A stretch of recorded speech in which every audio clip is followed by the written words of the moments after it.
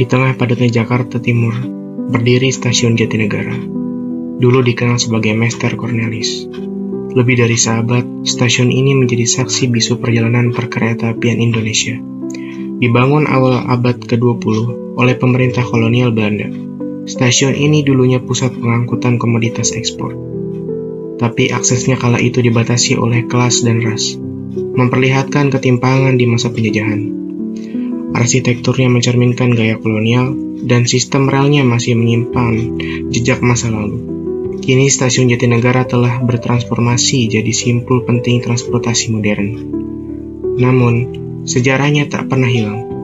Film ini akan menelusuri jejak masa lalu rel yang masih bergerak.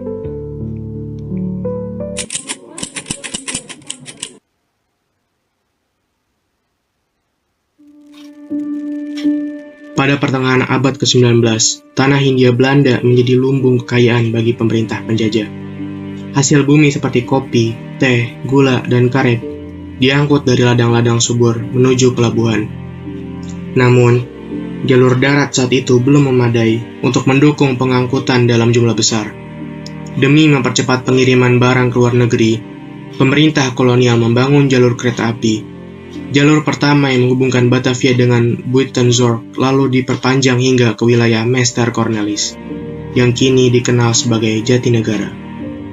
Letak Mester Cornelis dianggap sangat menguntungkan. Wilayah ini berada di antara pusat pemerintahan, pedalaman Pulau Jawa, dan jalur menuju pelabuhan Tanjung Priok. Di sanalah dibangun sebuah stasiun besar yang menjadi titik persinggahan penting untuk mengangkut hasil bumi dan kebutuhan militer. Namun, pembangunan ini membawa penderitaan bagi penduduk setempat. Ribuan orang bekerja membangun rel dan stasiun dalam kondisi yang memprihatinkan. Mereka digaji rendah, bekerja tanpa jaminan keselamatan, dan sering kehilangan hak atas tanah yang telah lama mereka tempati. Ketika kereta mulai beroperasi, ketimpangan tidak berhenti, justru semakin terlihat. Warga pribumi hanya diizinkan menumpang gerbong kelas rendah yang sempit dan pengap. Sementara itu, orang-orang Eropa duduk di kelas atas yang nyaman dan bersih. Tiket dijual dengan pembagian yang tidak adil, menggambarkan betapa sistem transportasi ini dibangun bukan untuk rakyat, melainkan untuk memperkuat kedudukan penjajah. Tata letak stasiun pun dibuat untuk mempercepat pemindahan barang dan tentara, bukan untuk memberi kenyamanan bagi masyarakat umum. Ruang tunggu, peron, dan jalur dibuat berdasarkan kepentingan pihak penguasa, bukan kebutuhan warga lokal. Setelah Indonesia merdeka, perlahan-lahan sistem ini mulai diambil alih oleh bangsa sendiri. Pada tahun 1950-an, pemerintah mulai mengelola jalur dan stasiun kereta api. Stasiun Jatinegara pun beralih fungsi dari tempat milik penjajah menjadi ruang bersama yang melayani warga dari berbagai latar belakang. Meski kini tampil lebih modern, jejak masa lalu masih bisa dilihat. Bentuk bangunan, susunan rel, dan pola pelayanan masih banyak yang berakar dari rancangan lama. Kini, tugas kita bukan hanya merawat stasiun ini sebagai sarana pelajaran, tetapi juga sebagai penada sejarah. Sebuah bukti bahwa tempat ini pernah menjadi panggung ketidakadilan, dan kini menjadi milik rakyat. Stasiun Jatinegara adalah pengingat bahwa jalur kereta bukan hanya soal perjalanan fisik, tetapi juga tentang jejak perjuangan dan harapan.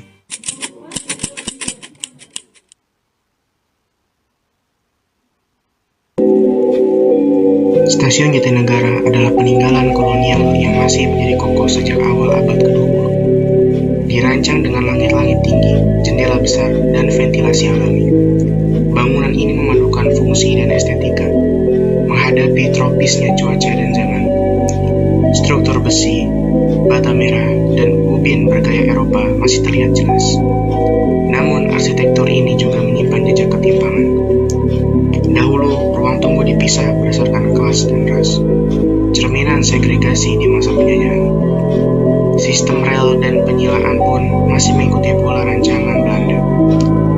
Beberapa depo dan gudang lama masih aktif, menjadi saksi rencana besar logistik kolonial.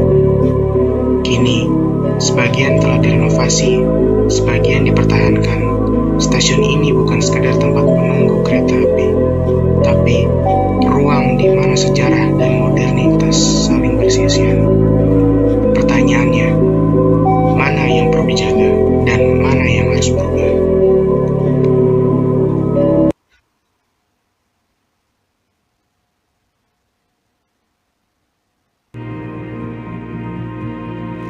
Di masa kolonial, stasiun ini hanyalah alat. Rel-rel yang membelah kota dibangun bukan untuk rakyat, melainkan untuk melahirkan hasil bumi menuju pelabuhan, semuanya demi kepentingan penjajah.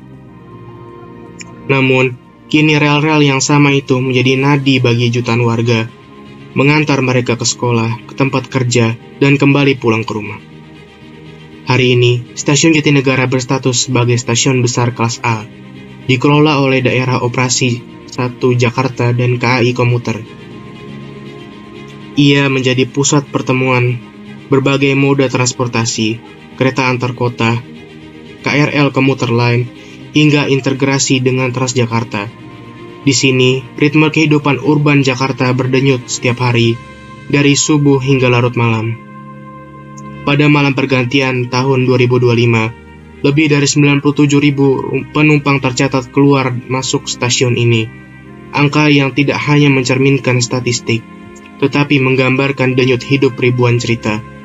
Para pekerja, mahasiswa, ibu rumah tangga, hingga anak-anak sekolah semuanya menjadikan stasiun ini bagian dari keseharian mereka. Untuk menjawab kebutuhan zaman, Stasiun Jatinegara telah mengalami berbagai renovasi besar. Bangunan baru yang luas dan modern dibangun, namun identitas sejarahnya tetap dipertahankan. Arsitektur khas Belanda tidak dihilangkan, justru dipertahankan sebagai penghormatan kepada sejarah, sekaligus pengingat akan masa lalu yang tidak boleh dilupakan. Sistem operasional pun telah berevolusi jauh. Dari sistem manual yang dahulu penuh batasan dan diskriminasi, kini semua orang dapat naik kereta hanya dengan mengetuk kartu di mesin. Tak lagi memandang status sosial, tak lagi ada pemisahan kelas. Transportasi kini menjadi hak semua, bukan lagi privilege segelintir orang. Jalur-jalur kereta yang dulu dibangun untuk mengangkut hasil bumi, kini mengangkut harapan. Perjalanan-perjalanan yang dulu tak mungkin, kini menjadi kenyataan. Modernisasi bukan hanya soal teknologi, tetapi juga soal nilai-nilai, inklusivitas, kesetaraan, dan keberpihakan pada rakyat. Stasiun Jatinegara hari ini adalah perwujudan dari pertemuan